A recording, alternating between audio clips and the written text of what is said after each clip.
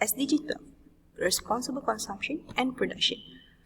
How to achieve it? My simple idea is to come up with enzyme-based detergent, which is come with 4 different scents, which is lavender, rose, floral, and lime. From the packaging itself, you can say it has a different flavor and also variety of wick for different suitable use. And also it is solid and nice packaging with display benefit, and the box for packaging itself is recyclable.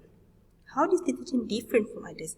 It is base enzyme detergent, come with strong and effective enzyme to remove stain in short time. Less soapy and bubbly, that will consume less time for every wash, which lead to high life expectancy for washing machine and reduce the production of washing machine.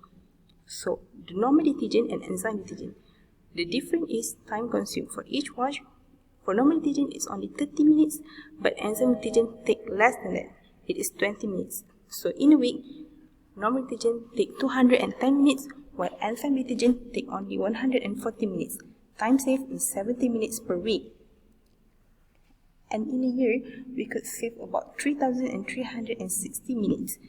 From the idea is P is equal to IT if the time consumed is less and the power consumption also less, which lead to high life expectancy for washing machine and will come out with the reduce of production washing machine in the future.